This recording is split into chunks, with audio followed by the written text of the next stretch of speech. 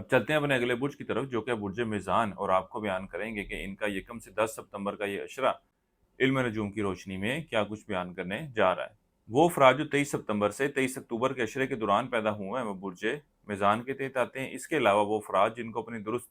طریقے پیدائش معلوم نہ ہو مگر ان کا نام رے تے توئیں سے شروع ہوتا ہے تو وہ بھی برج میزان کے تحت آئیں گے۔ اس اشرے کے وقت کے دوران آپ کے شریک حیات کے ساتھ معاملات مزید خرابی کی شکل لیتے ہوئے نظر آئیں گے، یہاں تک کہ جن معاملات کے حوالے سے شریک کار نے چپ باندھی ہوئی تھی یا کچھ مزید آرگومنٹ میں نہیں جا رہا تھا یا جا رہی تھی، اب معاملات ایسے نہیں ہیں یا ایسی صورتحال نہیں ہے کہ جب آپ ان معاملات کو مزید بڑھاوا دیں۔ آپ لوگوں کو بذات خود بھی کوشش یہی کرنی چاہیے کہ معاملات کو سیٹل کرنے کی کوشش کریں، اور اگر کچھ نہیں بھی کر سکتے تو ان معاملات پر بولنے کی بجائے اس وقت کو گزار لیں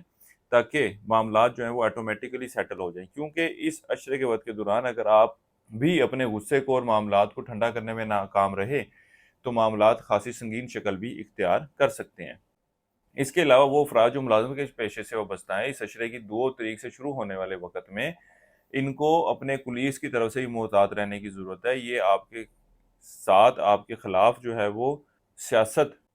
کرتے ہوئے نظر آئیں گے، آپ کی ساکھ کو نقصان پہنچانے کے حوالے سے کوششوں میں مصروف نظر آتے ہیں۔ اس کے علاوہ اس عشرے کے وقت کے دوران آپ لوگوں کو اپنی صحت کے معاملات کے حوالے سے بھی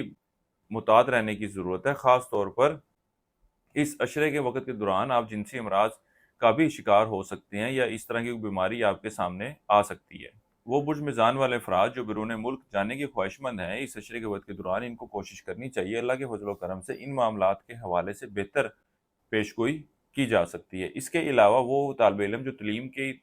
حوالے سے پریشان تھے، اس عشرے کے وقت کے دوران ان کی راہیں کھلتی ہوئی نظر آئیں گی اور تعلیمی میدان میں ان کو کامیابی نصیب ہوگی۔ اس کے علاوہ اس عشرے کے وقت کے دوران آپ لوگوں کے کام آئیں گے، لوگوں کی مدد کرتے ہوئے نظر آتے ہیں، لیکن لوگوں پر اعتبار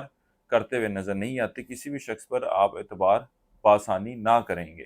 اس کے علاوہ وہ افراد جو سٹاک مارکیٹ، کرپٹو کرنسی یا اس طرح کی دیگر ڈیجیٹل کرنسیز میں ٹریڈنگ کرتے ہیں، اس عشرے کے وقت کے دوران ٹریڈنگ کے دوران ان لوگوں کو بھی بہت زیادہ محتاط رہنے کی ضرورت ہے۔ وہ افراد جو عشق و محبت کے معاملات سے وابستہ ہیں، اس عشرے کے وقت کے دوران کچھ انبن تو رہے گی، معاملات بہت زیادہ بہتری کی شکل لیتے ہوئے نظر نہیں آتے۔ اس عشرے کے وقت کے دوران حکومتی اداروں، اعلیٰ افسران سے وابستہ جو کام ہیں کوشش کرتے ہیں تو وہ حل ہوتے ہوئے نظر آئیں گے۔ اس کے ساتھ ہی ساتھ کاروبار کے پیشے سے وابستہ افراد کے پاس بھی ایک اچھا وقت ہوگا اپنے معاملات کو لے کر چلنے کے حوالے سے، معاملات کو بہتری کی شکل دینے کے حوالے سے۔ اس عشرے کے وقت کے دوران 10 ستمبر کو شرف اطارت کا ایک بہترین وقت ہوگا۔ اس وقت کے دوران کاروبار میں بہتری کے لیے، لوگوں کے ساتھ ٹریڈنگ کے دوران گفتگو کی صلاحیت میں اضافے کے لیے، اس کے علاوہ تعلیمی میدان میں کامیابی کے لیے، یہاں تک کہ وہ طالب علم جو P H D, M phil وغیرہ کی تعلیم حاصل کر رہے ہیں اور اس حوالے سے پریشان رہتے ہیں، ان کے لیے بھی یہ وقت ایسا وقت ثابت ہوگا کہ جب وہ اپنے لیے شرف اطارت کی لو تیار کروا کر ان معاملات میں بہتری لا سکتے ہیں۔